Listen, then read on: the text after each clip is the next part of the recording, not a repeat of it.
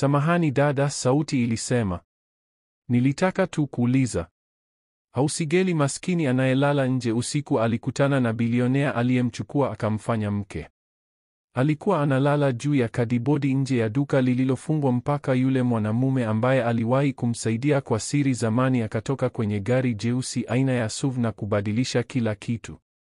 Jua la asubuhi liligonga kupitia ufa mdogo kwenye pazia, likachora mstari mkali wa mwanga usoni kwa Festo. Alipiga miayo, macho yake yakiwa mazito na yanawasha. Mtazamo wa haraka kwenye saa juu ya meza ndogo pembeni ya kitanda ulimfanya moyo uruke. Tayari ilikuwa saa moja asubuhi. Alikuwa amechelewa tena. Neema, aliita kwa sauti iliyochoka na usingizi. Alirushia mbali shuka na kukimbia kutoka chumbani kwake. Sebule ya ghorofa yake ya Mbezi Beach, Dar es Salaam ilikuwa vurugu. Sahani za chakula cha usiku wa jana zilikuwa bado juu ya meza ya sebuleni. Rufaa ya makaratasi ya kazi yake ilikuwa imeanguka sakafuni.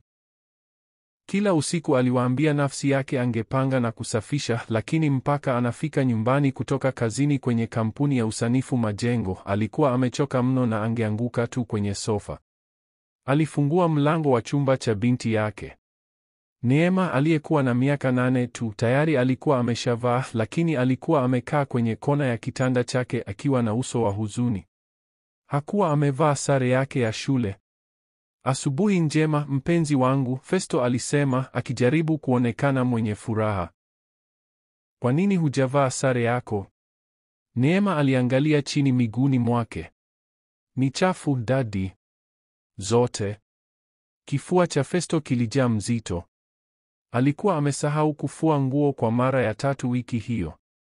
Alihisi wimbi la hatia likimpitia huku akipapasa kichwa chake kilichonyolewa upara. Tangu mke wake Doris alipoondoka mwaka mmoja uliopita, alihisi kama kila wakati alikuwa anasahau jambo fulani. Alikuwa anajitahidi kwa nguvu zake zote, lakini jitihada zake hazikuonekana kuwa za kutosha. Alikuwa mbunifu mzuri wa majengo.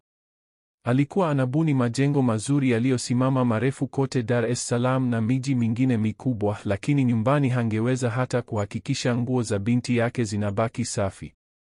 Nisamehe sana Neema, alisema kwa upole. Alienda kwenye kabati lake na kutoa gauni rahisi. Vaa hili kwa leo. Naahidi nitaosha sare zako zote mara tu nitakaporudi nyumbani usiku. Neema hakusema chochote. Alilipokea tu gauni na kuanza kujibadilisha polepole. Festo alikwenda jikoni kujaribu kutengeneza kifungua kinywa. Alipofungua friji, aliikuta na tray ya mayai na kipande kidogo cha kiazi kikuu, mhogo, viazi, ndizi.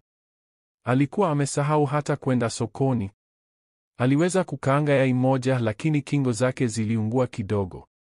Akaweka kwenye sahani pamoja na kipande cha mkate na kukileta mezani.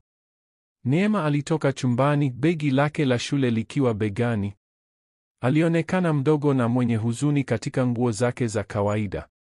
Kula haraka mpenzi. Tumechelewa sana, Festo alisema, akijaribu kuficha msongo wake wa mawazo. Neema alianza kuchokonoa chakula chake taratibu. Dadi, alisema kwa sauti ya chini, leo nina mtihani mkubwa wa hisabati.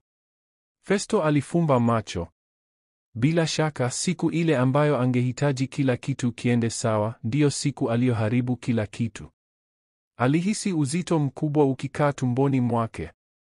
Alikuwa akimwangusha binti yake. Alikuwa anafeli kama baba. Ni sawa, alisema uongo akijaribu kutabasamu. Fanya tu juhudi zako. Hicho ndicho cha muhimu. Alijua siyo sawa. Mwalimu wake angeuliza kwa nini hakuwa na sare. Marafiki zake wangeweza kumcheka. Alikuwa anampeleka binti yake kwenye siku ngumu na yote yalikuwa kosa lake. Baada ya kifungua kinywa cha ukimya, alichukua funguo za gari. Safari ya kumpeleka shule haikuwa na maongezi. Msongamano wa kawaida wa Dar es Salaam kwenye barabara ya Morogoro ulikuwa mbaya kuliko ilivyozoeleka. Honi za daladala na magari binafsi zilikuwa zikilia kila kona. Festo alishika usukani kwa nguvu, vifundo vya vidole vikiwa vimekaza na kuwa vyeupe. Walipofika lango la shule, Neema hata hakusema kwa heri. Alifungua mlango na kukimbilia darasani, kichwa kikiwa chini. Festo alimtazama akiondoka, moyo wake ukiwa unauma.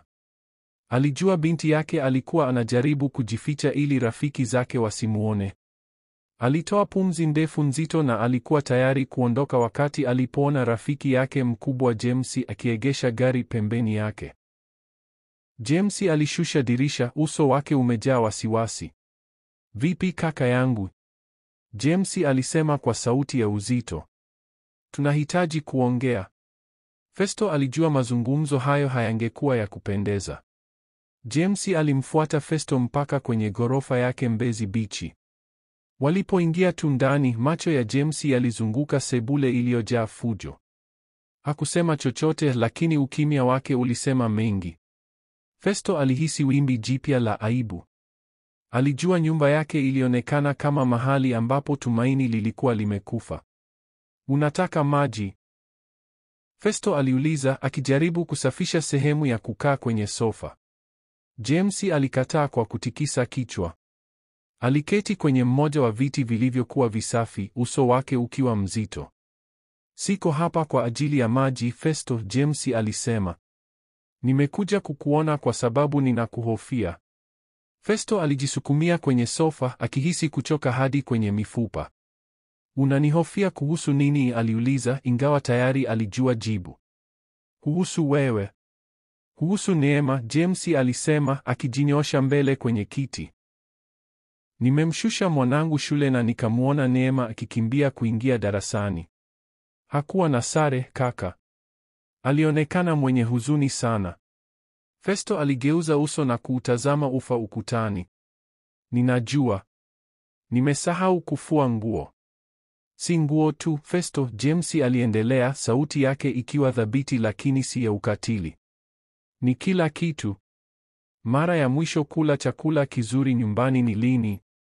Mara ya mwisho ulitoka na Neema mkapumzika, mkapanda gari mkapita fukwe za Bagamoyo au Zoo ya Darlini?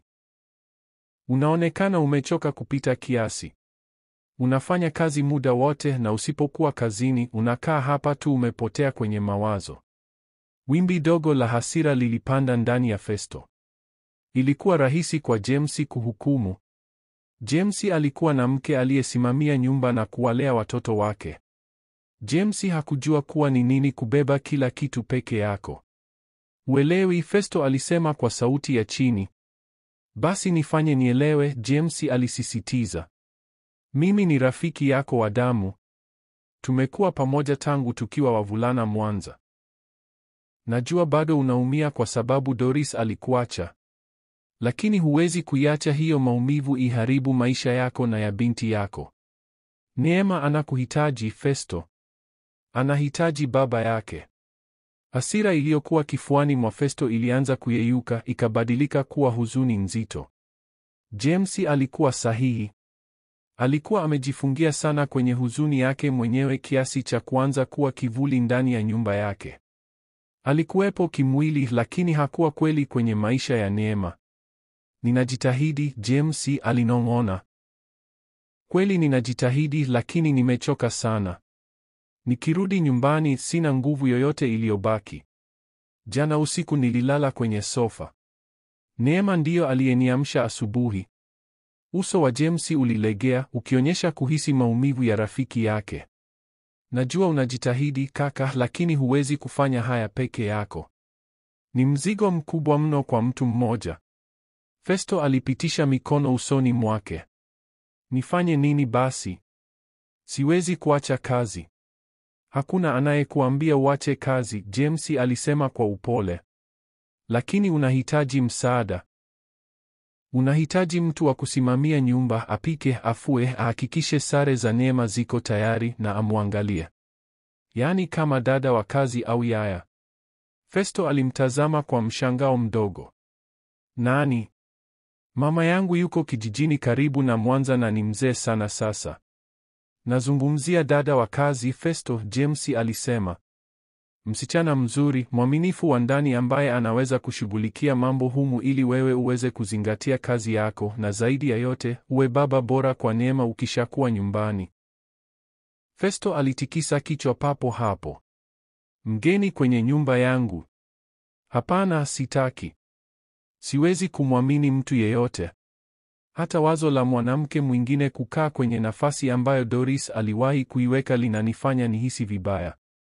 Si kila mwanamke ni kama Doris, James alisema kwa sauti tulivu lakini imara. Wapo watu wema huko nje. Binamu yangu ana ofisi inayoajiri housegirl na wapishi. Anatafuta watu wa kazi wa ndani walio waaminifu sana. Niruhusu niongee naye. Niruhusu nikutafutie mtu. Festo alikaa kimya kwa muda mrefu.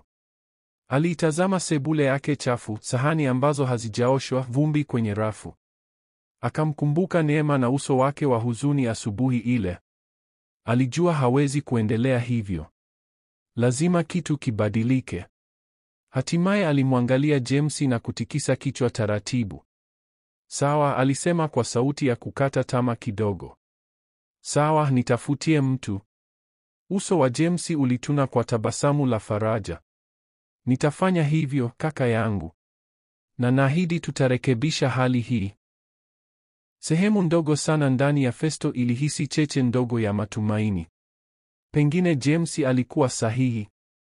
Labda msaada ndio alichohitaji. Lakini sehemu kubwa zaidi ndani yake ilikuwa imejaa mashaka. Je, mgeni angeweza kweli kurekebisha vipande vilivyovunjika vya maisha yake? Jioni ile Festo alijitahidi sana. Alitoka kazini mapema kidogo kuliko kawaida na kusimama kwenye soko dogo barabarani Masaki kununua samaki wabichi na mboga. Alikuwa ameamua kupika chakula kizuri cha jioni kwa ajili ya Neema. Alitaka kufidia asubuhi mbaya. Harufu ya samaki wa kukaanga na wali wa nyama wa pilau ilijaza ghorofa, ikifunika harufu ya hewa nzito iliyokuwa imezoeleka humo. Neema aliporudi kutoka masomo ya jioni shuleni, alionekana kushangaa kuona meza ya chakula ikiwa imeandaliwa na chakula tayari. "Wow, Daddy, leo umepika," alisema, tabasamu dogo likimchezea usoni kwa mara ya kwanza siku hiyo. "Ndiyo mpenzi wangu," Festo alisema, akihisi joto la furaha likimjaa kifuani. "Njoo tukale." Lakini walipokaa mezani, tabasamu usoni kwa Neema lilianza kufifia taratibu. Alikuwa anasukasuka wali kwenye sahani kwa uma bila kula hata tonge moja. "Kuna nini? Hukipendi?" Festo aliuliza, hamu yake yote ya kula ikipotea. Neema alitikisa kichwa. "Ni kizuri, Daddy." "Basi kwa nini huli?" aliuliza kwa upole zaidi. Neema aliangalia chini sahani yake, mdomo wake wa chini ukitetemeka. Tone la machozi lilianguka na kuangukia mezani. "Mpende wangu, kuna nini?" Festo aliuliza, sauti yake ikiwa imejaa wasiwasi. Akanyosha mkono na kushika mkono wake mdogo. "Marafiki zangu shuleni walinicheka," alinong'ona, sauti yake ikikatika kwa kilio. "Walisema gauni langu ni baya. Wakauliza kwa nini sijaenda na sare. Niliwaambia ulisahau kufua." Moyo wa Festo ulihisi kama jiwe zito kifuani. Alikuwa tayari amejua hilo lingeweza kutokea. Alikuwa amemwangusha. "Nisamehe sana sana, Neema. Ni kosa langu. Haitatokea tena. Naahidi." Lakini huzuni ya Neema ilikuwa zaidi ya aibu ya shule tu. Alimtazama juu, macho yake makubwa ya kahawia yakiwa yamejaa maumivu makubwa kupita umbile lake dogo. "Ninamkosa Mommy," alisema, na maneno hayo yalimpiga Festo kama ngumi tumboni. Wakati Mommy alikuwa hapa, sare zangu zilikuwa safi kila wakati. Alikuwa ananipambia nywele kila asubuhi. Festo alihisi kutoweza kufanya chochote. Hakujua aseme nini. Naye alimkosa Doris, lakini namna yake ya kumkosa ilikuwa imechanganyika na hasira na usaliti. Doris hakuwa tu amemwacha yeye. Aliwaacha wote wawili. Alikuwa amechagua maisha mengine yasiyohusisha kuwa mke wala mama. Alikuwa amejitahidi kumlinda Neema asijue ukweli, akimwambia mama yake alihitajika kusafiri kwa muda mrefu sana kikazi. "Ninajua unamkosa, mpenzi wangu," Festo alisema, sauti yake ikiwa nzito kwa hisia. Alimvuta karibu kwenye kifua chake, akimkumbatia kwa nguvu wakati akilia kifuani pake. Mwili wake mdogo ulitetemeka kwa vilio na Festo mwenyewe alihisi macho yake yakijaa machozi. Alimtikisa taratibu, akinong'ona ahadi ambazo hakuwa na uhakika kama angeweza kuzitimiza. Itakuwa sawa. Nitafanya vizuri zaidi. Naahidi. Usiku ule alipomlaza Neema kitandani, bado alikuwa mtulivu na mwenye huzuni. Hakuomba hadithi ya kulala. Aligeuka na kugeuzia uso wake ukutani, mabega yake madogo yakiwa yamelegea kama mtu aliyekata tamaa. Festo alisimama mlangoni mwa chumba chake muda mrefu akimtazama. Ukimya ndani ya ghorofa ulilia. Aligundua kuwa nyumba haikuwa chafu tu. Ilikuwa tupu. Ilikosa kicheko na joto la familia. Alirudi sebuleni na kujitupia kwenye sofa. Alichukua simu yake na akaona ujumbe kutoka kwa James. Niampata mtu. Jina lake ni Zawadi. Anaweza kuja kwa mahojiano kesho. Ana refere nzuri sana. Festo aliutazama ujumbe huo kwa muda mrefu. Hosi Gil. Mgeni. Bado hakuwa na uhakika kama ilikuwa sahihi. Lakini alipomkumbuka Neema na machozi yake na kauli yake, ninamkosa Mommy, alijua hana chaguo jingine. Asingeweza kurekebisha yaliyopita. Asingeweza kumrudisha Doris. Hata kama angeweza, pengine asingetaka. Lakini labda tu angeweza kuanza kujenga maisha bora ya sasa kwa ajili ya binti yake. Aliandika jibu fupi kwenda kwa James, mwambie aje. Akamwekea binti yake ahadi ya kimya. Angerekebisha hali kwa ajili yake. Siku iliyofuata Festo alipanga kufanya kazi kutoka nyumbani mchana ili aweze kukutana na msichana anayekuja kuomba kazi. Alikuwa na wasiwasi. Moyo wake ulikuwa kama umefungwa kwa fundo la hofu na matumaini. Alitaka hii kazi ifanikiwe kwa ajili ya Neema, lakini aliogopa kumkaribisha mtu mpya kwenye dunia yao ndogo iliyovunjika. Saa 8 kamili mchana, kengele ya mlangoni ililia. Festo alivuta pumzi ndefu na kufungua mlango. Aliposimama pale, alimuona msichana aliyekuwa anaonekana kuwa mwishoni mwa miaka ya 20. Alikuwa amevaa vizuri, blausi rahisi safi na sketi, nywele zake zikiwa zimefungwa kwenye msokoto maridadi wa nyuma. Uso wake ulikuwa mtulivu, wenye utu na upole. Habari za mchana kaka, alisema kwa sauti ya heshima. Jina langu ni Zawadi. Nimekuja kwa mahojiano ya kazi. Festo alimtambua mara moja. Yeye ndiye msichana aliyemwona nje ya shule ya Neema wiki chache zilizopita, yule aliyekaa na Neema wakati yeye mwenyewe alikuwa amekwama kwenye foleni ya magari barabara ya Morogoro na kuchelewa. Alikuwa mvumilivu na mwema sana kwa binti yake. Karibu Zawadi, Festo alisema, wasiwasi wake ukipungua kidogo. Alimpeleka sebuleni ambayo leo asubuhi alikuwa ameijaribu kuipanga kidogo. Wakaketi na Festo akajaribu kuwa wa kitaaluma. Alimuuliza kuhusu uzoefu wake, vyeti vyake na kwa nini alitaka kazi hiyo. Zawadi alijibu kila swali kwa utulivu na kujiamini. Alikuwa amefanya kazi kwa familia mbili nyingine jijini Dar es Salaam na alikuwa na barua za sifa nzuri sana. Kwa nini uliamua kuacha kazi ya mwisho? Festo aliuliza, akijaribu kutafuta dosari. Familia ilihamia Uingereza, alieleza kwa utulivu. Walitaka niende nao, lakini familia yangu iko hapa Tanzania. Festo alitikisa kichwa kwa kuvutiwa na uaminifu wake kwa familia yake. Alimtazama vizuri, akitafuta kujua tabia yake, na akaona nguvu tulivu machoni pake. Hakuonekana kama mtu ambaye angekimbia matatizo yakitokea. Kazi hii sio rahisi, Festo alijikuta anasema, sauti yake ikiwa ya kweli zaidi ya alivyokusudia. Mama wa Neema hayuko nasi. Ni mimi na yeye tu. Nyumba mara nyingi ni vurugu. Ninapiga kazi muda mrefu. Neema amekuwa mwenye huzuni sana siku hizi. Zawadi alimsikiliza bila kumkatiza. Macho yake yalikuwa yamejaa huruma ya kweli. Naelewa kaka, alisema kwa upole. Watoto wanahitaji utulivu. Wanahitaji ratiba na zaidi ya yote wanahitaji wajue wanapendwa.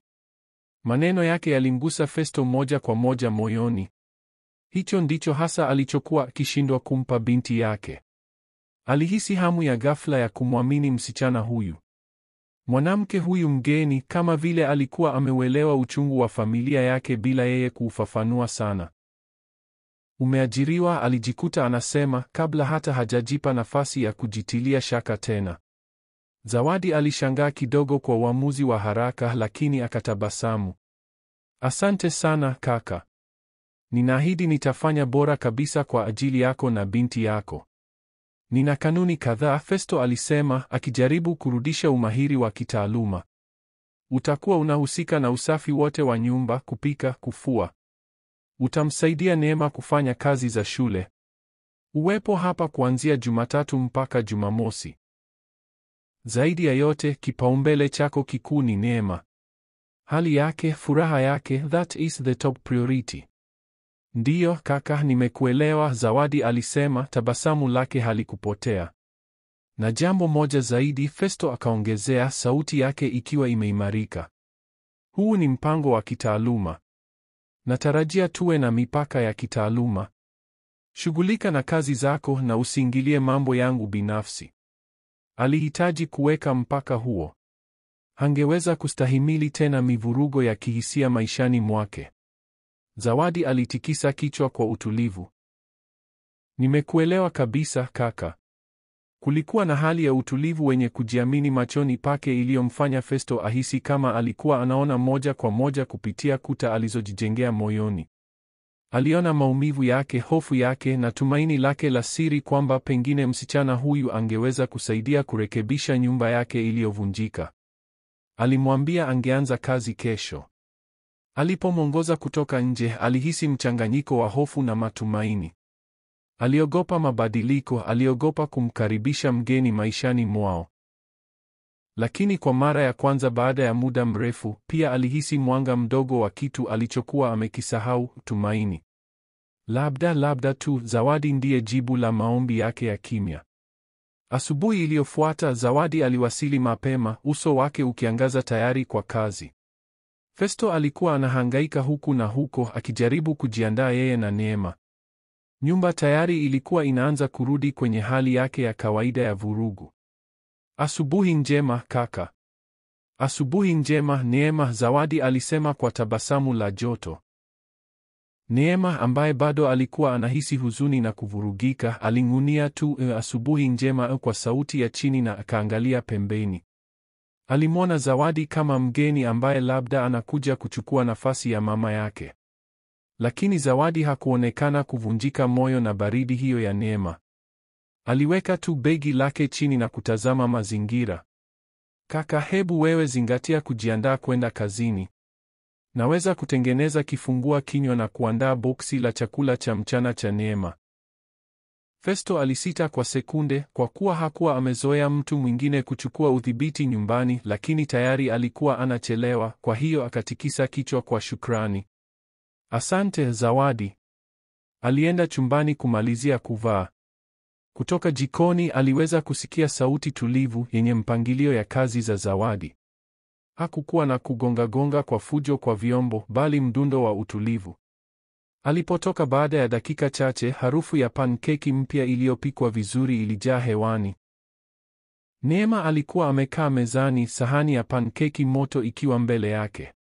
Bado alikuwa mtulivu, lakini alikuwa anakula, macho yake yakiwa na mshangao. Hizi ni tamu, alisema kwa sauti ya chini alipoona baba yake.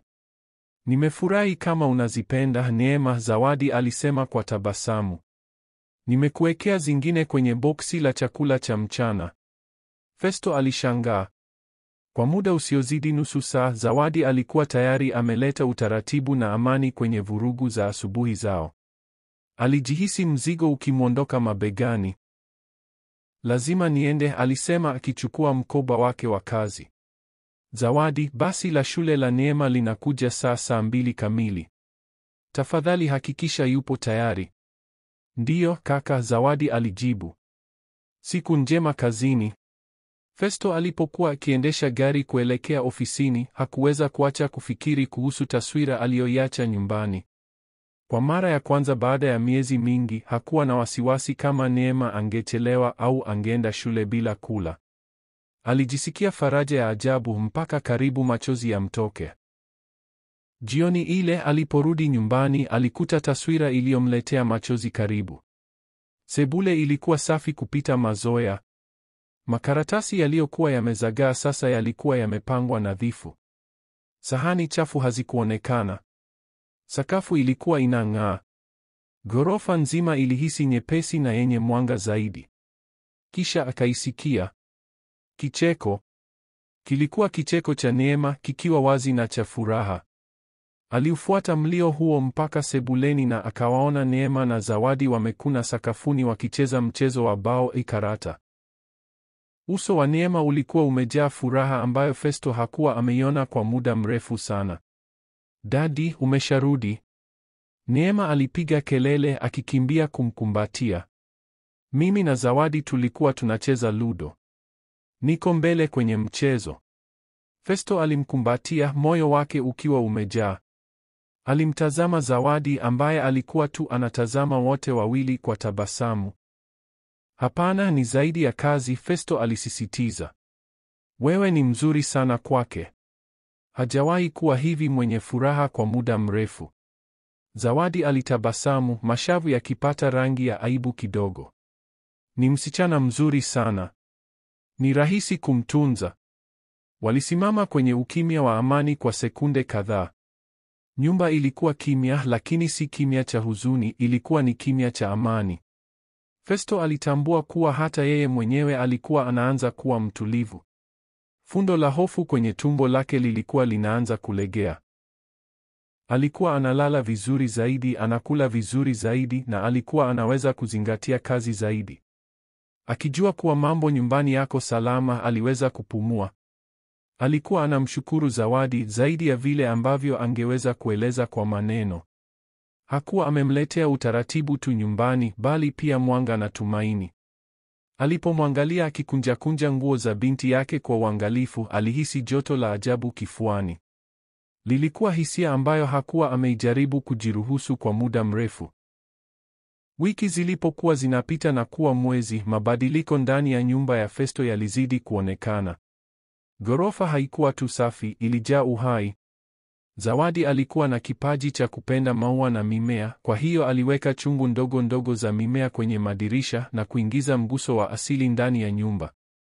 Mara nyingi harufu ya mkate unaookwa au mchuzi unaochemka ilimkaribisha Festo alipotoka kazini kwenye kampuni yake ya usanifu majengo.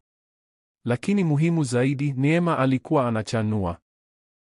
Hakuwa tena yule msichana mtulivu mwenye huzuni aliyekuwa akikimbia marafiki zake. Alikuwa mchangamfu na mwenye furaha, kicheko chake kikirindima kwenye kuta za nyumba. Yeye na Zawadi walikuwa wamekuwa watu wasiotengana. Walikuwa wanafanya kazi za shule pamoja, wanacheza, na wakati mwingine Festo alikuwa anarudi na kuwakuta jikoni wakioka biskuti, wakiacha fujo ndogo ya unga kila mahali, wakiwa na furaha. Festo alijikuta akitamani kurudi nyumbani kila siku. Uzito uliokuwa unamkaba moyoni alipofika mlangoni zamani, sasa ulikuwa umeondoka, ukichukuliwa na amani na hamu ya kuwa na familia yake. Alianza kutoka kazini kwa wakati, akitamani kutumia jioni na binti yake, na alikubali moyoni kwamba alifurahia pia kuwa na Zawadi. Walipokuwa wanakula chakula cha jioni, walizungumzia siku yao. Festo alisikiliza Neema na Zawadi wakishirikiana vicheko na hadithi. Alijikuta anacheka zaidi, msongo na huzuni zake zikianza kubaki mbali nyuma. Siku moja ya mvua jijini Dar es Salaam, mawingu yalikuwa mazito na mvua ilikuwa inamimina, ikibadilisha mitaa kuwa kama vijimto. Festo aliweza kumaliza kazi mapema. Aliamua kumshangaza Neema kwa kwenda kumchukua mwenyewe badala ya kumtegemea basi la shule. Alipoingia ghorofani, alikuta taswira iliyomfanya asimame mlangoni kwa muda. Sebule ilikuwa ya joto na tulivu, tofauti kabisa na dhoruba iliyokuwa nje. Neema na Zawadi walikuwa wamejikunja kwenye sofa, blanketi likiwa limewafunika magoti. Zawadi alikuwa anasoma kitabu cha hadithi kwa sauti ya upole yenye hisia. Neema alikuwa anamsikiliza kwa macho makubwa yenye kuvutiwa, kichwa chake kikiweka mastari kwenye bega la Zawadi. Hawakuliona Festo akiwa amesimama mbele ya mlango. Taswira ile ilikuwa ya faragha, yenye amani na utulivu kiasi kwamba Festo alihisi kama mgeni. Aliwatizama kwa sekunde chache, wimbi lenye nguvu la hisia likimpitia. Hicho ndicho hisia ya familia ilivyotakiwa kuwa. Huo ndio ulikuwa moto wa joto alioukosa kwa muda mrefu. Alihisi tabasamu la kweli likipanda usoni mwake, tabasamu lililofika machoni. Halikuwa tabasamu la kujilazimisha. Lilikuwa la moyoni. Wakati huo, Zawadi alitazama juu na kumwona. Uso wake pia ulijaa tabasamu la mshangao wa kumkaribisha. Daddy. Neema alipiga kelele, akiruka kutoka kwenye sofa kumkimbilia na kumkumbatia. Nimekuja kukuchukua, lakini inaonekana tayari ulikuwa una god time, Festo alisema, akimkumbatia kwa nguvu. Zawadi alikuwa ananisomea hadithi ya kifalme shujaa, Neema alisema kwa msisimko. Festo alimwangalia Zawadi juu ya kichwa cha Neema. Macho yao yalipokutana, kulikuwa na kuelewana kimya kati yao. Alikuwa anamshukuru na yeye alielewa. Aliona mabadiliko ndani yake, kurudi taratibu kwa yule mwanaume mchangamfu aliyekuwa amezoeleka zamani. Karibu nyumbani kaka, Zawadi alisema kwa upole. Tafadhali Zawadi, Festo alisema, akijishangaa hata mwenyewe. Niite tu Festo. Aibu ndogo ilipanda usoni kwa Zawadi, lakini akatikisa kichwa. Sawa Festo. Jioni ile ilihisi tofauti. Ukuta wa kitaaluma aliokuwa ameuweka mwanzoni ulionekana kama umeanza kuyeyuka. Walizungumza kwa uhuru zaidi, wakishirikiana hadithi zao za zamani. Festo alijua kuwa Zawadi alikulia kwenye kijiji kidogo karibu na Mwanza, na siku zote alikuwa akitamani kuishi jiji kubwa kama Dar es Salaam. Alimweleza kuhusu mapenzi yake ya vitabu na kupika. Festo alijikuta akivutiwa na nguvu yake ya utulivu, wema wake na ucheshi wake wa upole. Alikuwa anaanza kumwona Zawadi si kama dada wa kazi tu, bali kama mwanamke mrembo, mwerevu na mwenye huruma. Alipolala usiku ule, akisikia sauti ya mvua ikiendelea kupiga madirishani, alitambua jambo lililomfanya atishike na wakati huo huo kumfurahisha. Alianza kuwa na hisia za kimapenzi kwa Zawadi. Ilikuwa wazo hatari, kinyume na kanuni alizoweka mwenyewe. Lakini alipoifikiria tabasamu lake la joto na namna alivyorudisha mwanga kwenye maisha yake na ya Neema, hakuweza kukataa ukweli. Mwanga wa tumaini aliouleta nyumbani sasa ulianza kuonekana kama mapenzi. Maisha ndani ya nyumba ya Festo yalipata mdundo wa furaha na utulivu. Asubuhi haikuwa tena mbio za taharuki, bali ratiba tulivu ikiongozwa na Zawadi. Jioni zilijaa sauti ya Neema akiongea, harufu ya chakula kitamu na joto la ukaribu kati ya Festo na Zawadi. Hakuwahi kuhisi utulivu kama huu kwa miaka. Alianza kuamini kwa kweli kwamba yeye na Neema wangeweza kuwa na furaha tena. Ilikuwa usiku wa Ijumaa. Festo alikuwa amekaa kwenye sofa akipitia michoro ya majengo aliyochorea. Zawadi alikuwa jikoni akihimizika kimya kimya huku akipika chakula cha usiku. Neema alikuwa chumbani akimalizia kazi ya shule. Ilikuwa jioni ya kawaida kamilifu. Kisha simu ikaita. Festo aliichukua bila hata kuangalia nani anapiga. Halo. Kulikuwa na ukimya kwa sekunde chache, kisha sauti ambayo hakuwa ameisikia kwa zaidi ya mwaka ikasema jina lake. Festo, ni mimi.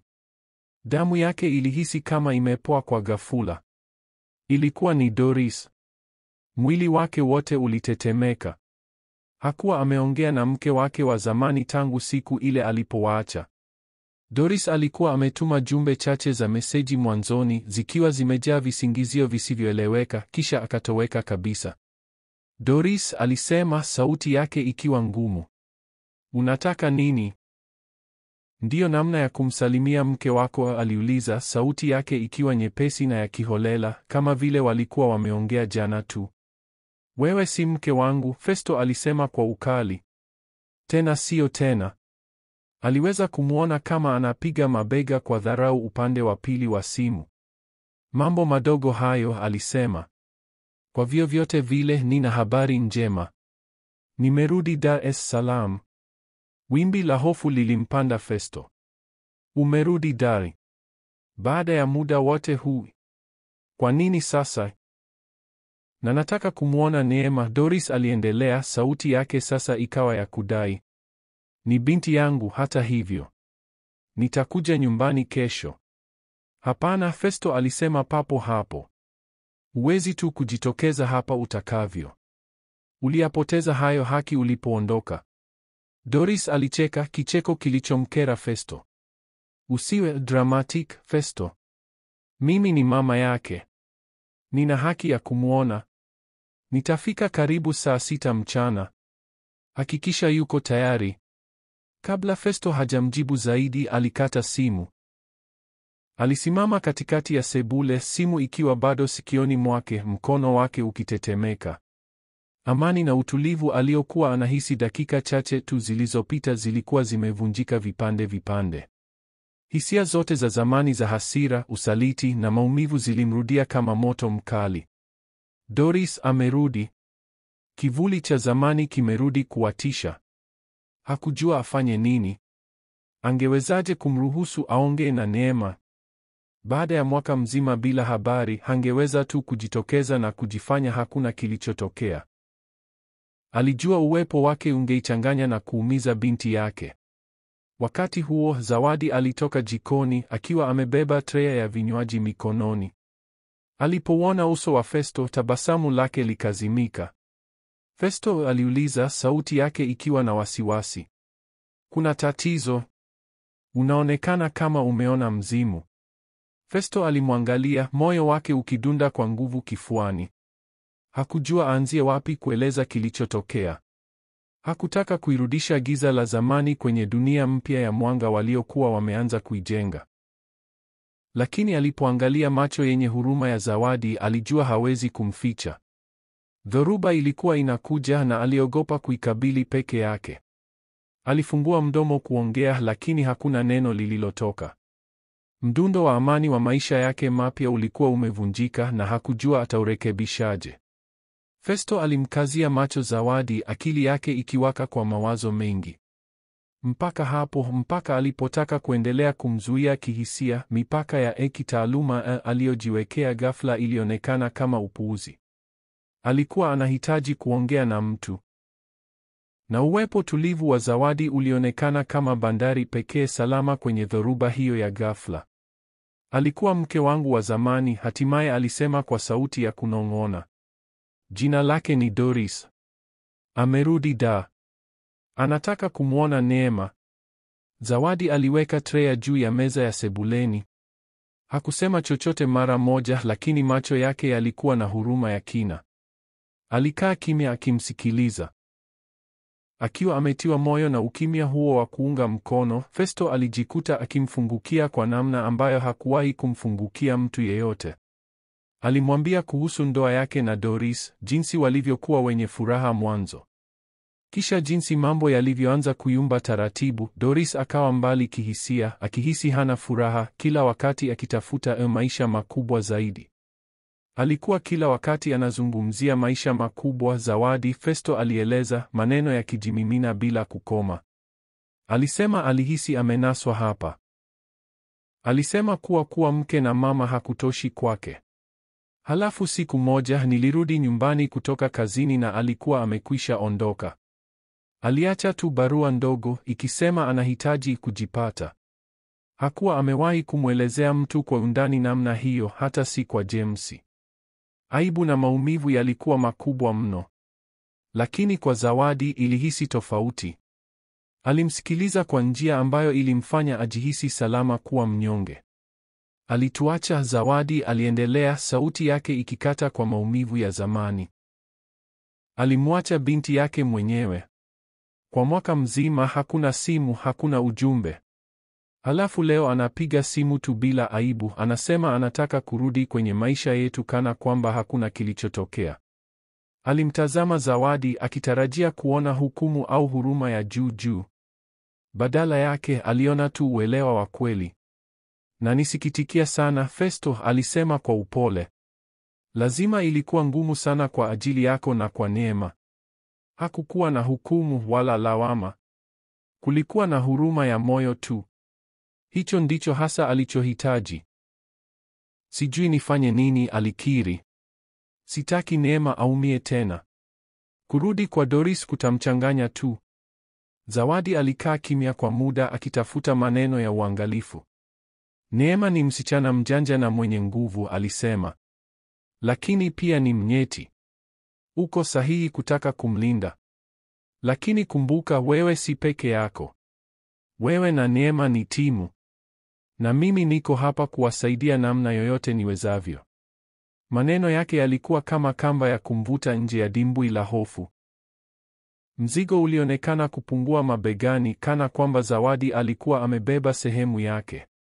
Wazo la kumkabili Doris akiwa na Zawadi pembeni yake lilimpa nguvu ambayo hakujua kama alikuwa nayo. Asante Zawadi, alisema, macho yake yakiwa yanang'aa kwa hisia. Hilo lina maana kubwa kuliko unavyofikiria. Walikaa kimya kwa muda, uhusiano mpya wa kina ukijengeka kati yao. Haikuwa tena tu mwajiri na mfanyakazi. Ilikuwa ni roho mbili zinazoshirikiana udhaifu na maumivu yao. Usiku ule Festo alipokuwa amelala kitandani, alifikiria mazungumzo yake na Zawadi. Bado aliogopa kurudi kwa Doris, lakini hakuwa anajihisi peke yake tena. Nguvu tulivu na msaada wa Zawadi vilikuwa vimekuwa kama nguzo ya kumtegemea. Alitambua kuwa Zawadi amekuwa zaidi ya dada wa kazi. Alikuwa rafiki, mshauri na mshirika kwenye kazi ngumu ya kumlea Neema. Alijua siku zijazo zisingekuwa rahisi. Kurudi kwa Doris kulimaanisha mtikisiko na maumivu mapya. Lakini kwa mara ya kwanza tangu apigiwe simu, alihisi cheche ya ujasiri. Aliangalia mlango uliofungwa wa chumba chake na kufikiria juu ya Zawadi aliyelala kwenye chumba cha wageni mwishoni mwa korido. Nyinyi ni wenye nguvu, alikuwa amemwambia. Wewe na Neema mtaweza kupitia haya. Alishika maneno hayo kama sala ndani ya moyo wake. Labda kwa msaada wake wangeweza kweli. Siku iliyofuata hali nzito ya hofu ilitanda kwenye nyumba. Festo alikuwa amemwambia Neema kuwa mgeni anakuja, lakini hakuwa na moyo wa kumwambia kuwa ni mama yake. Alitaka tu kumlinda kwa muda mrefu iwezekanavyo. Zawadi alikuwa akifanya kazi zake kwa utulivu wa kawaida, lakini Festo aliweza kuona wasiwasi machoni mwake. Alihakikisha Neema anabaki bize na fumbo jipya la picha, akijaribu kumtoa kwenye mawazo. Saa 6 kamili mchana, kengele ya mlango ililia. Moyo wa Festo ulidunda kwa nguvu. Alivuta pumzi ndefu na kwenda kufungua. Zawadi alisimama hatua chache nyuma yake, kama nguzo tulivu ya usaidizi. Alipofungua mlango, alimwona Doris. Alionekana tofauti na alivyomkumbuka. Alikuwa amevaa gauni la kifahari la bei ghali, nywele zimepangiliwa kwa ustadi. Alionekana mwenye glamour, kama mwigizaji kwenye filamu. Hakukuwa na dalili ya yule mke aliyekuwa akilalamika na kuhisi amenaswa. Festo mpenzi, alisema akitabasamu kama vile walikuwa marafiki wa siku zote. Aliteleza kuingia sebuleni bila hata kualikwa. Nyumba inaonekana safi, alisema, macho yake yakizunguka. Lazima umeajiri mtu wa kazi. Macho yake yalikuwa yamemtazama Zawadi na tabasamu lake likawa gumu. Alimpima kutoka juu mpaka chini kwa mtazamo wa kudharau.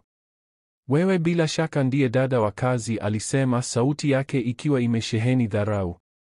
Kabla Zawadi hajajibu, macho ya Doris yalibadilika ghafla. Neema, mpenzi wangu. Uko wapi? aliita. Neema aliposikia sauti ya mama yake alikimbia kutoka chumbani. Alisimama katikati ya sebule, uso wake ukiwa mchanganyiko wa mshangao, kuchanganyikiwa na mawingu madogo ya tumaini. Mommy, alinong'ona. Doris alipiga magoti na kufungua mikono yake. Njoo kwa mommy, mpenzi wangu. Neema alisita sekunde wachache akimtazama Zawadi, kisha baba yake. Kisha taratibu akaenda kwenye mikono ya mama yake. Doris alimkumbatia kwa nguvu, akimbusu mara kadhaa. Nimekumiss sana, Doris alisema, sauti yake ikijazwa ghafla na hisia. Lakini Festo aliweza kuona kwamba ilikuwa ni maigizo. Macho yake yalikuwa baridi, yakipima kila kitu. Aliposimama, bado amemshika Neema mkononi, alitazama sebule kwa makini. Aliona mimea mipya, vitabu vilivyopangwa vizuri, hali ya utulivu wa nyumba. Macho yake yakatua kwa Zawadi. Naona umejifanya mwenyewe uko nyumbani sana, alimwambia Zawadi, maneno yake yakiwa makali. Hewa ndani ya sebule ilianza kuwa nzito kwa mvutano. Neema akihisi hali hiyo, alijirudisha nyuma kidogo, furaha yake ya awali ikiwa imepotea. Alisogea karibu na Zawadi akihisi salama zaidi karibu yake. Macho ya Doris yalipungua yakiashiria hasira ya ndani. Hakupenda kabisa kuona binti yake akitafuta faraja kwa dada wa kazi badala yake. Alijaribu kumburuza Neema karibu zaidi, lakini Neema alipinga kidogo, akishikilia mkono wa Zawadi. Festo alijua ilibidi aingilie kati. Doris, labda tunahitaji kuongea, alisema, akijaribu kuzuia sauti yake isitetemeke. Ndiyo, tunahitaji, Doris alikubali, macho yake bado yakiwa yamejaa chuki kumtazama Zawadi.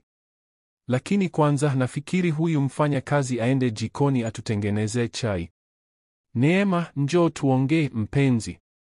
Njoo tuketi. Alijaribu kumvuta Neema kwenda kwenye sofa, lakini Neema alimtazama Zawadi kuomba ruhusa kwa macho. Kitendo hicho kidogo, kisicho na neno, kilikuwa ushahidi wa wazi wa mahali moyo wa Neema ulikuwa. Ilikuwa tamko la kimya kwamba Zawadi ndiye aliyemfanya ajisikie salama. Doris aliona hilo na cheche ya hasira kali ikawaka usoni pake. Alimwacha Neema mara moja na kumgeukia Festo, uso wake ukionyesha ufa wa hasira. Tunayo mengi ya kuyaongea, Festo alisema kwa sauti kali. Mpeleke huyu msichana mbali. Tunahitaji kuongea tukiwa peke yetu. Festo alimwangalia Doris, kisha akamtazama Zawadi, halafu macho yake yakatua kwa Neema, ambaye sasa alikuwa akimwambia kwa macho machache, usiniache. Alimwomba Zawadi kwa sauti ya upole, tafadhali mchukue Neema chumbani kwake. Hakutaka binti yake awe katikati ya mfarakano huo. Mara tu walipoondoka, mabadiliko ya Doris yalikuwa ya ghafla. Hasira ya macho yake ilipungua, ikabadilishwa na uso laini wa kuomba msamaha. Ilikuwa ni uigizaji ambao Festo aliujua vizuri. Festo, najua una hasira, alianza, sauti yake ikiwa laini na ya kushawishi. Na una kila haki ya kuwa hivyo. Nilifanya kosa kubwa sana. Nilipotea. Nilihitaji kujitafuta. Lakini sasa nimerudi na nimebadilika. Alimkaribia akipumzisha mkono wake kwenye mkono wa Festo. Nimekumiss. Nimekosa haya maisha. Nimekosa kuwa familia. Festo alisimama wima akigoma kunaswa na maneno hayo. Alikumbuka nyakati nyingi ambazo Doris aliutumia ule mchanganyiko wa sauti ya upole na macho ya kuomba ili apate alichotaka, kisha kumwacha yeye akiwa tupu ndani. Unataka nini? Doris aliuliza, sauti yake ikiwa ya moja kwa moja. Nataka turudi pamoja, alisema, macho yake yakiwa yanamuomba. Nataka kuwa mama tena kwa Neema. Nataka kuwa mke wako. Tunaweza kuwa familia kamili kama tulivyotakiwa kuwa. Sehemu ndogo ndani ya Festo, ile sehemu iliyokuwa bado inashikilia kumbukumbu nzuri, ilihisi msukumo dhaifu. Ndoto ya familia kamili aliyokuwa amehifadhi moyoni kwa muda mrefu baada ya yeye kuondoka ilikuwa bado ndani kabisa. Lakini kisha alikumbuka mwaka uliopita. Alikumbuka usiku wa upweke, asubuhi za vurugu, machozi ya Neema. Kisha akamkumbuka Zawadi, amani na joto alilolirudisha nyumbani. Si rahisi hivyo, Doris alisema, akitenganisha mkono wake na wake. Umekuwa mbali mwaka mzima. Huwezi kurudi tu ukatarajia kila kitu kiwe vile vile. Lakini kinaweza kuwa, alisisitiza. Naweza kuwa bora kuliko zamani. Nimekuwa, Festo. Sasa najua kilicho muhimu. Ni wewe na Neema. Ilikuwa nyie siku zote. Festo aliweza kuona mahesabu machoni pake. Alikuwa anasema maneno sahihi, lakini hakumwamini. Hakumwamini tena. Na yeye je? Doris aliuliza, akionyesha kwa mkono mahali Zawadi alipoondokea. Huyo dada wa kazi. Amefanya kazi hapa muda gani? Miezi michache tu. Ndiyo, Festo alijibu, sauti yake ikishika ukakamavu. Doris alitoa tabasamu la kejeli. Basi atalazimika kuondoka. Hatuwezi kuwa familia halafu kuna mgeni anaishi humu. Hatumhitaji. Aondoke. Maneno hayo yalimpiga Festo kama kofi baridi. Utataka nimfukuze Zawadi? Wazo lenyewe lilimuumiza mwili. Zawadi ndiye aliyeshikilia nyumba yao pamoja. Ndiye aliyerudisha kicheko. Ndiye aliyepoza majeraha ya moyo ya Neema. Si msichana wa kazi tu, Doris, Festo alisema kwa sauti ya kudumu. Amekuwa wa muhimu sana kwa Neema. Nina uhakika, Doris alisema kwa dharau.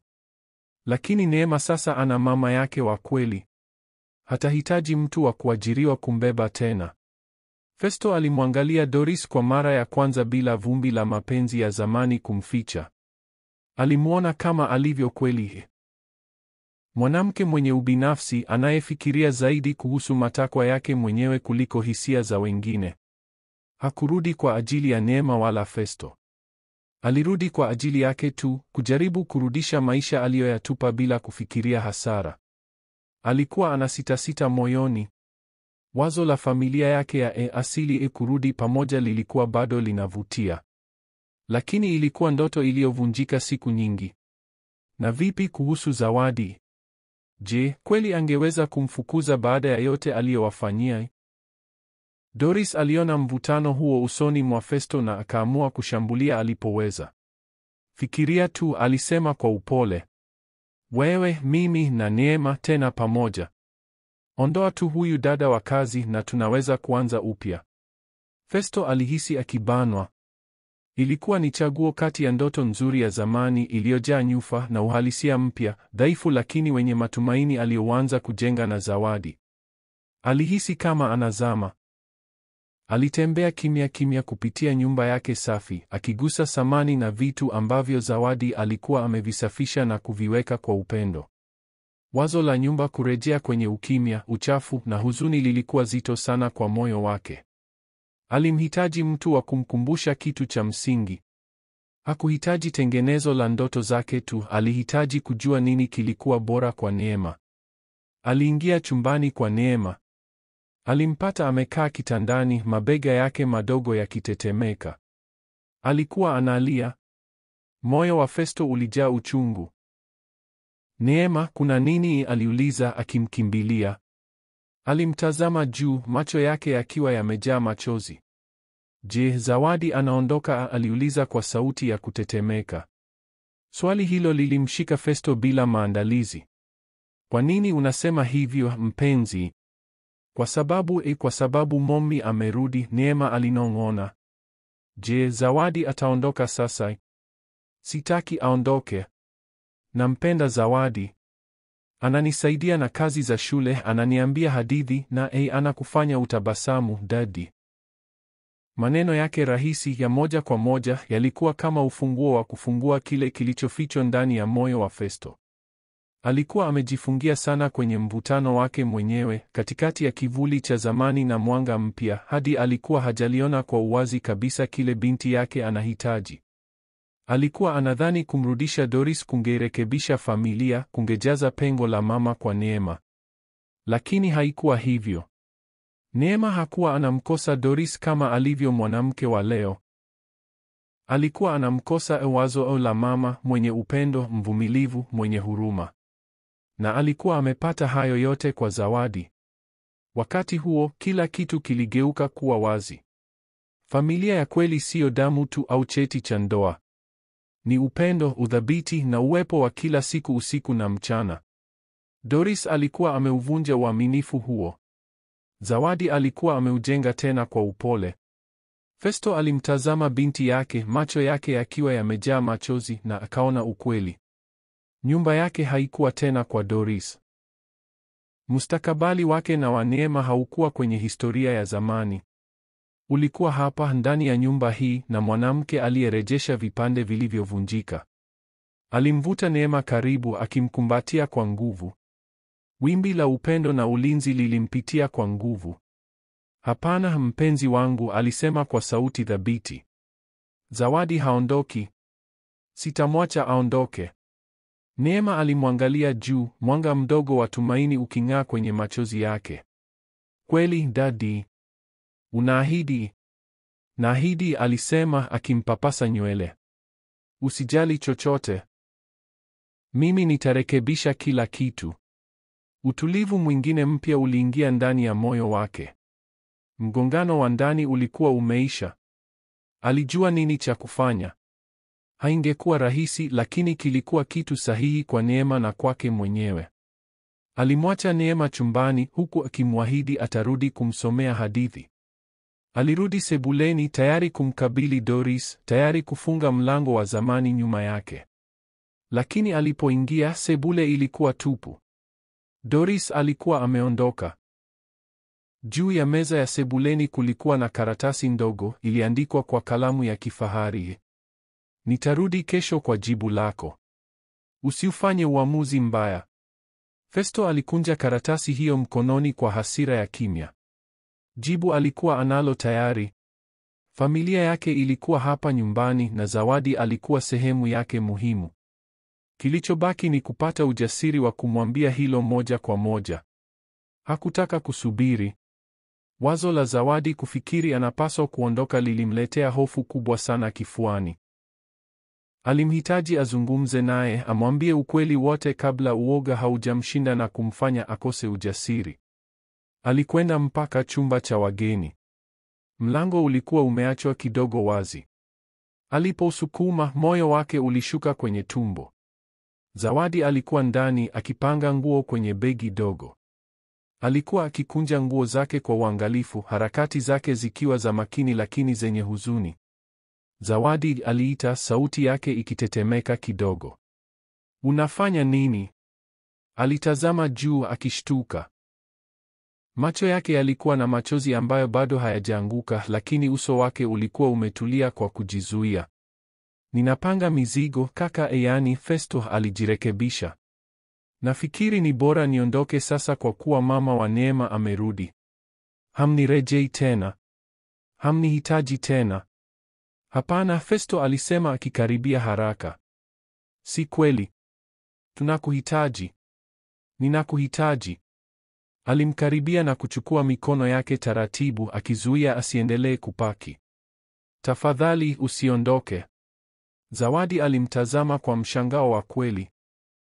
Lakini mke wako wa zamani. Ni mke wa zamani kwa sababu, Festo alisema kwa udhabiti. Ni mama wa kimaumbile wa Neema, lakini siyo mama anayemhitaji sasa. Wewe ndiye. Wewe ndiye umekuwa hapa. Wewe ndiye umerudisha mwanga kwenye maisha yetu. Alivuta pumzi ndefu, moyo wake ukipiga mbio. Ilikuwa ama kusema sasa au kupoteza kila kitu. Zawadi, najua nilikuwekea sheria nyingi ulipoingia. Nilikwambia tuwe na mipaka ya kikazi, tulinde umbali. Lakini siwezi tena. Nimejaribu kupingana nazo, lakini ninahisi kitu kwako. Hisia kali. Aliangalia moja kwa moja kwenye macho yake mazuri yaliyoshangaa. Sitaki uendelee kuwa dada wa kazi tu. Nataka uwe sehemu ya familia yetu. Nataka ubaki na mimi na nasi. Zawadi alimtazama, midomo yake ikiwa imeachama kidogo kwa mshangao. Machozi aliyokuwa akiyazuilia yakaanza kumtoka, lakini kuyeyuka huku ni machozi ya furaha. Festo aliweza tu kunong'ona, sauti yake ikitetemeka. Mimi pia ninahisi vivyo hivyo. Tangu siku ya kwanza nilipokuona nilihisi uhusiano fulani. Lakini sikuwahi kufikiri sikutaka kuvuka mipaka. Wimbi la furaha na faraja lilimpitia Festo. Alinyosha mkono polepole, akafuta tone la machozi shavuni pake kwa gumba lake. Hakuna mipaka ya kuvuka tena, alisema kwa upole.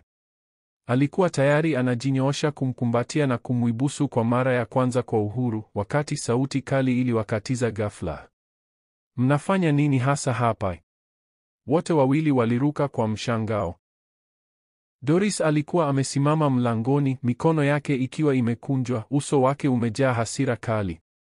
Alikuwa amerudi kimya kimya, na dhahiri alikuwa amesikia kila kitu.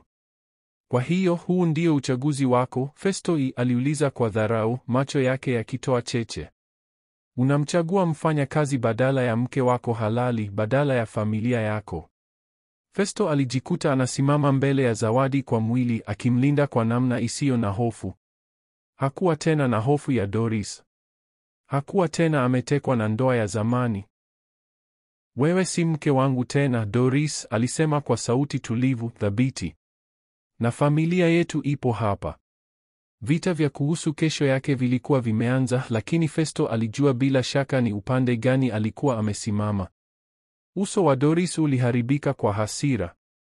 Umenidharau kiasi gani? Alipiga kelele.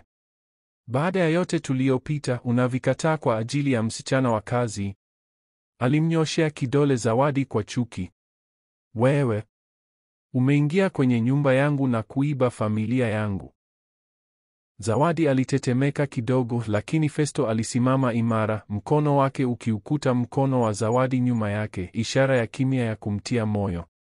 Hakuna mtu aliyeiba chochote, Festo alisema kwa sauti ndogo lakini yenye nguvu. Wewe ndio ulitoa kila kitu kwa mikono yako. Ulituacha. Ulimwacha binti yako bila neno. Huo ulikuwa uamuzi wako. Nilikosea. Doris alilia, macho yake yakianza kujaa machozi ya kukata tamaa. Nimerudi. Nimerudi kwa ajili yako na kwa ajili ya Neema. Na hivi ndivyo unavyonilipa. Hukurudi kwa ajili yetu, Festo alisema, ukweli ukimjia kama mwanga mkali. Umerudi kwa ajili yako. Unadhani unaweza kubonyeza kitufe cha rewind na kurudisha maisha kama yalivyokuwa wakati ulikuwa unayapenda. Lakini maisha hayaendi hivyo. Tumekwenda mbele. Umesonga mbele inaye. Doris aliuliza kwa dharau, akimtazama Zawadi kwa macho yanayodharau. Wakati huo Neema alitokea mlangoni, akivutwa na sauti za juu za ugomvi. Alionekana mwenye hofu, macho yake yakirukaruka kati ya wazazi wake na Zawadi. Kwa kumwona binti yake, mbinu ya Doris ilibadilika kwa haraka. Alinyenyekea ghafla, akapiga magoti na kufungua mikono kuelekea kwa Neema. Neema, mpenzi wangu, alisema kwa upole, njoo kwa mama. Huyu mwanamke anajaribu kuchukua nafasi yangu. Hutaki mama yako wa kweli, mpenzi wako, awe karibu na wewe tena? Neema alisita, uso wake mdogo umejaa hofu na kuchanganyikiwa. Alimtazama Doris, kisha akamtazama Zawadi ambaye alikuwa amesimama kimya, moyo wake ukiumia kwa ajili ya mtoto huyu aliyenaswa katikati. Festo alipiga magoti karibu na Neema, akiweka mkono mwepesi kwenye bega lake. Neema, alisema kwa upole, una chaguo. Ni nani unayetaka awe sehemu ya familia yetu? Ilikuwa ni swali gumu kumtupia mtoto, lakini Festo alijua hilo ndilo swali pekee muhimu kwa kweli. Neema alimtazama Doris, mgeni mwenye taswira ya kifahari aliyeibuka ghafla. Kisha akamtazama Zawadi, mwanamke ambaye alimsuka nywele kila asubuhi, alimsaidia kwenye hesabu na kumsomea hadithi za kulala usiku. Taratibu, kwa makusudi, Neema alimtembea Doris, akampita na kwenda moja kwa moja kwa Zawadi. Akamshika mkono kwa nguvu, akishika kama mtu anayeshikilia nanga. Kitendo hicho kilikuwa rahisi, lakini kilikuwa jibu la mwisho lisilopingika. Doris aliwatazama, uso wake ukivunjika kwa kushindwa. Silaha yake ya mwisho, mimi ni mama wa kuzaliwa, ilikuwa imeshindwa. Alikuwa amempoteza binti yake kweli kweli. Ukimya mzito ulianguka chumbani. Doris alisimama taratibu, umajimaji wake wa kifahari sasa ukionekana kuwa mzigo. Alionekana mzee na mchovu. Sawa, alinong'ona kwa sauti iliyokosa nguvu. Sawa basi. Bila neno lingine aligeuka na kutoka chumbani, akatoka nje ya nyumba na nje ya maisha yao. Mlango wa mbele ulipofungwa, sauti ile ilienea ndani ya nyumba kama echo ya mwisho ya dhoruba. Walisimama pale, Festo, Zawadi na Neema, katikati ya sebule. Hawakuwa familia ya kawaida, lakini katika sekunde ile walikuwa kitengo kimoja kilichounganishwa kwa upendo na uchaguzi wanaofanya pamoja. Festo alimwangalia Zawadi, moyo wake ukiwa umejaa upendo uliokuwa na nguvu kiasi cha kuuma. Kisha akamtazama binti yake ambaye bado alikuwa amemshika Zawadi mkono. Walikuwa familia mpya isiyo ya kawaida labda, lakini waliokuwa pamoja. Alinyosha mkono wake mwingine na kuushika mkono wa Zawadi. Sasa walikuwa watatu wameshikana mikono kwa mduara mdogo, ahadi ya kimya ikipita kati yao. Walikuwa na safari ndefu mbele yao, lakini wangeikabili pamoja. Baada ya Doris kuondoka, ukimya wa ajabu ulitanda kwenye ghorofa. Lakini haukuwa tena ukimya wa huzuni na upweke. Ulionekana ukimya wa tafakari, wa mwanzo mpya. Sasa walikuwa familia ya watu watatu, lakini mipaka ilikuwa haijajifafanua vizuri. Zawadi hakuwa tena dada wa kazi tu, lakini bado hajawa mama rasmi kwa Neema. Festo hakuwa tena mwajiri wake tu, lakini bado hawakuwa wamepata muda wa kuelewa kikamilifu wana nini. Jioni ile Zawadi alipika chakula kama kawaida, lakini hewa ndani ya nyumba ilikuwa tofauti. Kulikuwa na hali ya kujuana zaidi kati yake na Festo, hali ya aibu tamu ya mwanzo wa uhusiano mpya. Walipokaa mezani kula, walikuwa wao watatu tu. Neema, akihisi mabadiliko, ndiye aliyekuwa wa kwanza kuuliza swali. Kwa hiyo sasa wewe ni mama yangu mpya? Alimuuliza Zawadi kwa sauti ya matumaini na maswali. Zawadi alimtazama Festo, mashavu yake yakipata rangi ya aibu. Festo alitabasamu na akachukua mkono wa Zawadi juu ya meza. Zawadi atakuwa sehemu maalum sana ya familia yetu, mpenzi, Festo alieleza kwa upole. Lakini mambo kama haya yanachukua muda. Kwa sasa unamuita tu auntie Zawadi, sawa? Neema alifikiria kwa sekunde kadhaa, kisha akatabasamu kwa furaha. Sawa, auntie Zawadi. Jina hilo lilihisi kuwa sahihi. Lilikuwa daraja kati ya kile Zawadi alikuwa, mtumishi wa nyumbani, na kile alichokuwa anakuwa kwao, mzazi wa pili, lakini kwa hatua za taratibu. Mlo uliendelea kwa mazungumzo mepesi. Walizungumza kuhusu shule, kuhusu kazi za Festo na kuhusu vitabu vipendwa vya Zawadi. Ilihisi kawaida. Ilihisi sahihi. Nyumba ambayo zamani ilihisi kuwa na giza la huzuni, sasa ilikuwa na joto la upendo la kudumu. Baadaye, baada ya Neema kulazwa kitandani, Festo na Zawadi walijikuta wamekaa peke yao sebuleni.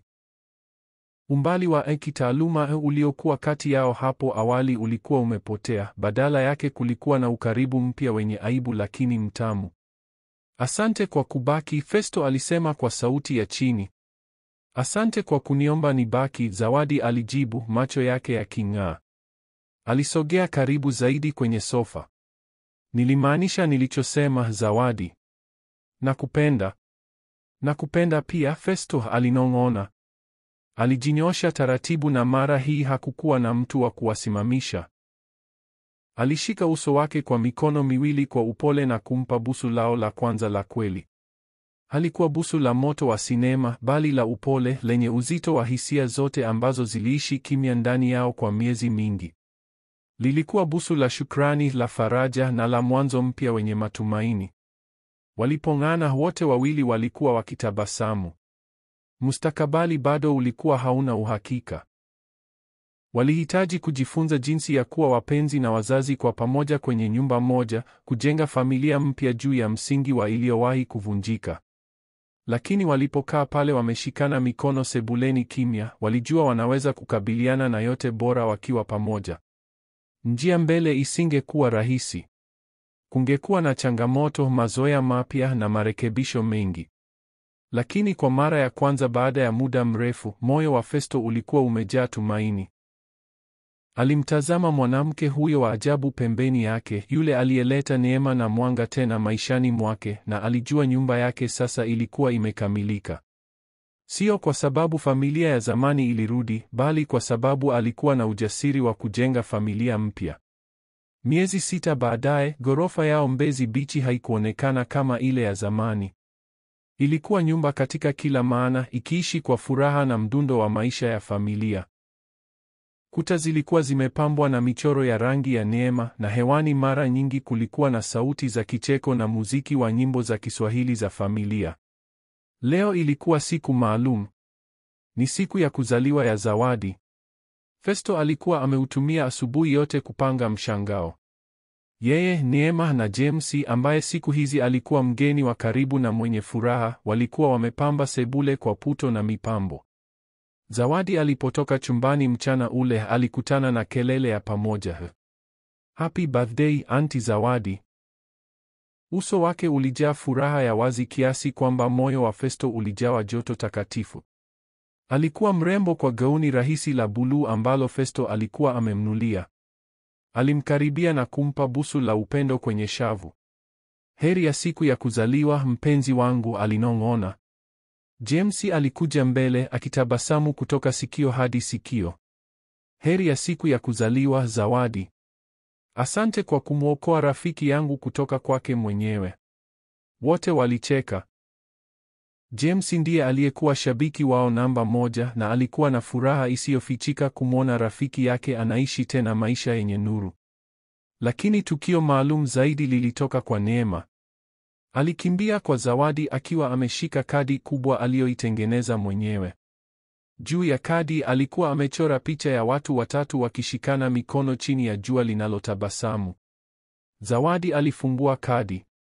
Ndani, kwa maandishi mazuri ya mkono wa Neema, yaliandikwa kwa Auntie Zawadi, mama bora kuliko wote duniani. Nakupenda. Kutoka kwa Neema.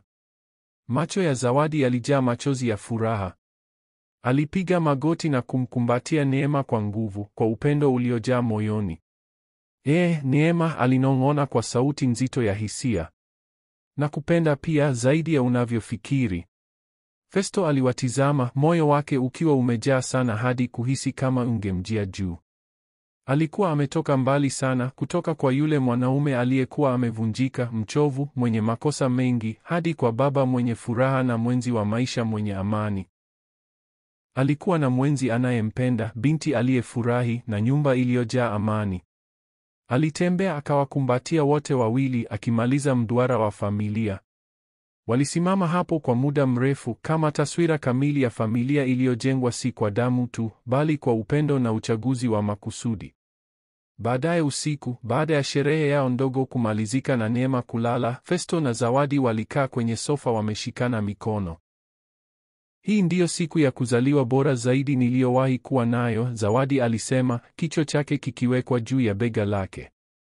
Hii ni ya kwanza tu kati ya nyingi, Festo alisema, akimbusu juu ya kichwa kwa upole. Alitazama nyumba yake, mapambo yaliyobaki, puto chache zilizokuwa zimebaki hewani, harufu ya keki iliyobaki jikoni. Alifikiri kuhusu safari yote waliopita, hii maumivu, kupona, hofu na mwishowe upendo. Haikuwa safari rahisi, lakini ilikuwa ya thamani. Alimtazama Zawadi, mwanamke aliyeingia maisha yake kama mfanyakazi wa ndani na kugeuka kuwa moyo wa familia yake. Alikuwa zaidi ya dada wa kazi, zaidi ya msaidizi. Alikuwa mwenzi wake, rafiki yake bora, na neema yake, Gracie kwa kila maana.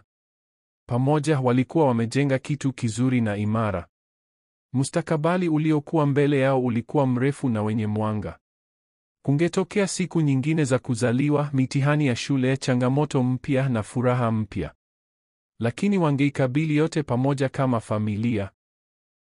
Nyumba haikuwa tena tupu. Ilikuwa imejaa upendo. Na hilo ndilo lililokuwa muhimu zaidi. Na hapa ndio mwisho wa simulizi yetu. Naomba ulike video hii ili unipe nguvu ya kuandika simulizi nyingine tamu zaidi. Pia usisahau kusubscribe. Asante sana. Niambie kwenye comment unanisikiliza kutoka wapi.